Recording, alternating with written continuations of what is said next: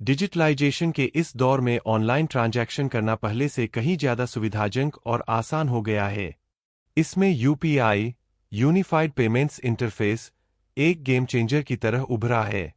National payments corporation of India (NPCA) के ताज़ा आंकड़ों के मुताबिक भारत में जुलाई 2024 में यूपीआई के जरिए 1443 करोड़ ट्रांजैक्शन हुए। इस ट्रांजैक्शन के जरिए कुल 20.64 लाख करोड़ रुपए की राशि ट्रांसफर की गई। यूपीआई के बढ़ते इस्तेमाल के चलते इसे लेकर फ्रॉड की घटनाएं भी देखने को मिल रही है। साइबर क्रिमिनल्स लोगों को ठगने का रोज एक नया तरीका ईजाद कर रहे हैं। इस कड़ी में नया स्कैम है यूपीआई ऑटोपे रिक्वेस्ट स्कैम। इस स्कैम में यूपीआई ऑटोपे रिक्वेस्ट को मंजूरी देते ही अकाउंट से पैसे स्कैमर्स के खाते में ट्रांसफर हो जाते हैं। इसलिए आज जरूरत की खबर में बात करेंगे यूपीआई ऑटोपे रिक्वेस्ट स्कैम क्या है। साथ ही जानेंगे कि यूपीआई ऑटोपे रिक्वेस्ट स्कैम से कैसे बच सकते हैं। यूपीआई के जरिए होने वाले स्कैम में क्या कॉमन है। Expert Ishan Sinha, cyber expert, New Delhi. सवाल यूपीआई ऑटोपे फीचर क्या है। जवाब एनपीसीआई ने जुलाई 2020 में यूपीआई ऑटोपे फीचर लॉन्च किया था। इस फीचर की मदद से हर महीने के स्थायी खर्च जैसे mobile recharge, mutual fund investment, loan, credit card bill payment या ओटीटी सब्सक्रिप्शन प्लान की तारीखों को बिना मिस किए पेमेंट ऑटोमेटिक हो जाता है। इसके लिए यूजर को पेमेंट का समय और तारीख सेट करनी होती है। इसका इस्तेमाल करके यूजर लेट फीस या जुर्माने से बच सकते हैं। सवाल यूपीआई ऑटोपे रिक्वेस्ट स्कैम क्या है। जवाब साइबर एक्सपर्ट ईशान सिन्हा बताते हैं कि इस स्कैम में स्कैमर्स यूपीआई यूजर को एक ऑटोपे रिक्वेस्ट भेजते हैं। इसके बाद कोई झूठी कहानी सुनाकर झांसे में लेने की कोशिश करते हैं, जैसे आपका बिजली का बिल जमा नहीं हुआ है या फिर आपके ओटीटी का सब्सक्रिप्शन खत्म होने वाला है। आमतौर पर यह रिक्वेस्ट ऐसी कंपनियों के नाम से होती है जो हर महीने कलेक्ट मनी या ऑटोपे रिक्वेस्ट भेजती है। मिलती जुलती रिक्वेस्ट होने की वजह से यूजर आसानी से स्कैमर्स के झांसे में आ जाते हैं और रिक्वेस्ट को अप्रूव कर देते हैं और स्कैम का शिकार हो जाते हैं। यूपीआई आईडी फोन नंबरों का ही विस्तार है, इसलिए इन्हें आसानी से डुप्लीकेट किया जा सकता है। यूजर्स को किसी भी ऑटोपे रिक्वेस्ट को अप्रूव करते समय बेहद सावधानी बरतनी चाहिए। हमेशा यूपीआई एड्रेस को पहले वेरीफाई करना चाहिए। Ishan Sinha, cyber expert, New Delhi. सवाल यूपीआई ऑटोपे रिक्वेस्ट स्कैम से कैसे बच सकते हैं। जवाब ऑनलाइन पेमेंट प्लेटफॉर्म के रूप में यूपीआई की शुरुआत ने हमारे दैनिक लेनदेन को और अधिक सरल बना दिया है।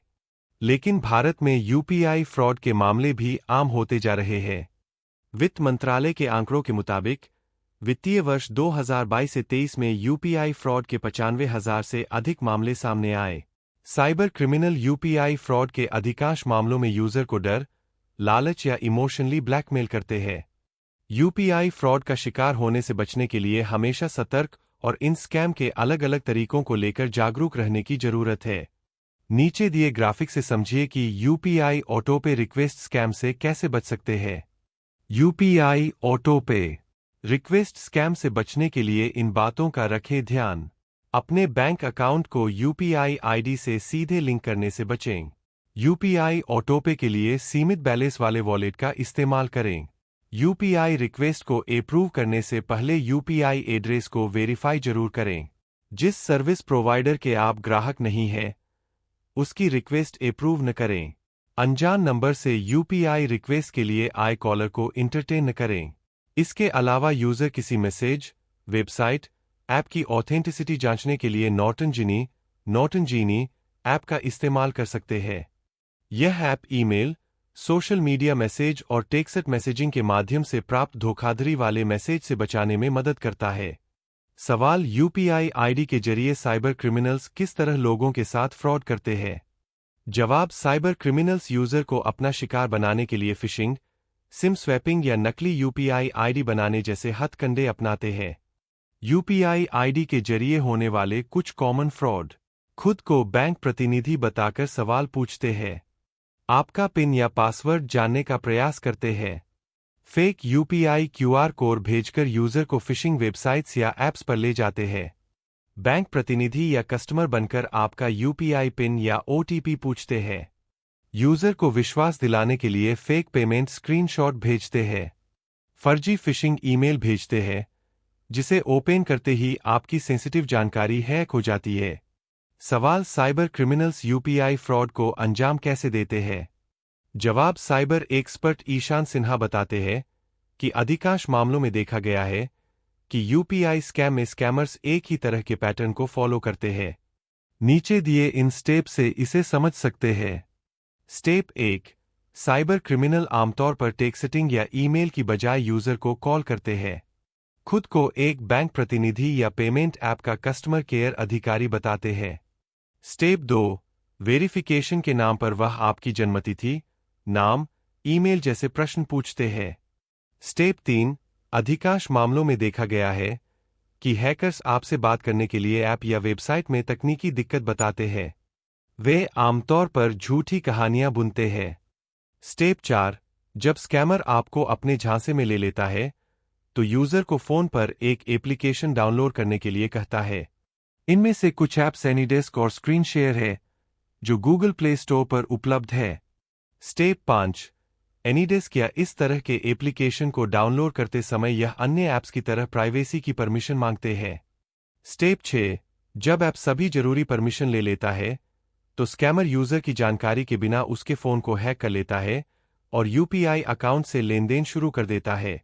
सवाल, किसी की यूपीआई आईडी कैसे पता की जा सकती है? जवाब, यूपीआई आईडी में आमतौर पर यूपीआई प्रोवाइडर एक्सटेंशन के बाद फोन नंबर होता है। साइबर क्रिमिनल्स इसी का फायदा उठाते हैं। जब आप ई-शॉपिंग, रेस्तरां, मॉल या किसी अनथराइज्ड वेबसाइट पर अपना मोबाइल नंबर रजिस्टर कराते हैं, तो इसी डेटा को साइबर क्रिमिनल्स चोरी कर लेते हैं। इसके जरिए यूपीआई आईडी को क्रैक करना आसान है। इसलिए हमेशा इन बातों का ध्यान रखना चाहिए, जैसे कि यूपीआई ऐप्स ओपन करने से पहले फोन लॉक स्क्रीन पासवर्ड जरूर लगाएं। अपनी ट्रांजैक्शन डिटेल्स की हिस्ट्री की नियमित जांच करते रहें। फोन या लैपटॉप को हमेशा सिक्योर वाईफाई कनेक्शन से ही कनेक्ट करें। डिजिटल ट्रांजैक्शन करने वाले लोगों को पब्लिक प्लेस जैसे रेस्तरां, मॉल, सिनेमा हॉल में मोबाइल नंबर देते समय अधिक सचेत रहना चाहिए। इसके अलावा अनजान वेबसाइट्स या ऐप्स पर मोबाइल नंबर रजिस्टर करने से बचना चाहिए।